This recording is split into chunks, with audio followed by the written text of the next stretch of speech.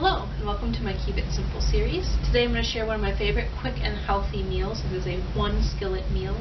I love this meal because it's inexpensive, it uses up leftovers, and it's easily customizable. This is a great meal to make towards the end of the week when you have a lot of odds and ends left over that you don't know what to do with and you don't want to throw away. This is a great way to use those up. So let's get started building our skillet. The first thing you want to do, get a big pan, because you're going to be throwing everything into this big pan. Alright, let's start with the base. So you want to use grains, beans, legumes, things like that.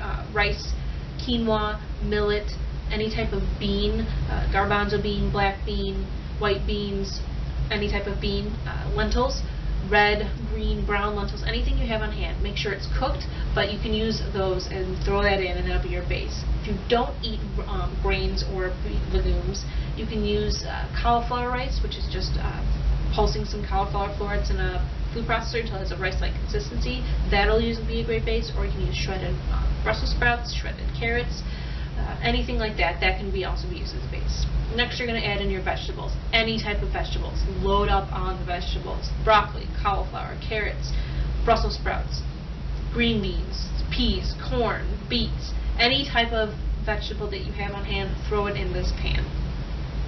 If you eat meat, you can also add in meat. Just make sure that it is cooked, because you're not going to be cooking this meal, you're just going to be heating it through. So shredded chicken, shredded pork, ground turkey, ground beef, throw that in there as well.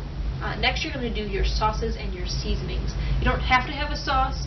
You can use just seasoning, but I like to add in sauce because it adds in a little bit of extra moisture, and I love sauces for flavor. So if you have a favorite tomato sauce, homemade pesto, cashew cream if you don't do dairy, hummus, any type of those sauces will be great to add in.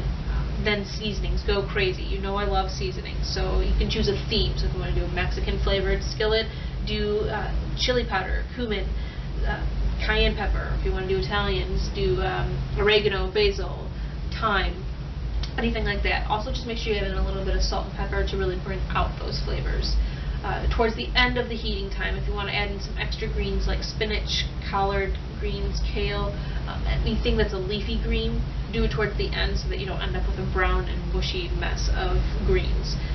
Also, then if you want to add in a little bit of extra toppings towards the end, if you want to do nuts and seeds, breadcrumbs, if you do cheese, a little bit of Parmesan cheese. Also, a poached egg on top is a really nice way to add in a little bit more protein, and it just tastes really good.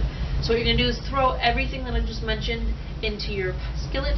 You're going to heat it through probably about 15-20 minutes and serve it up, and you have a quick and healthy meal ready to go.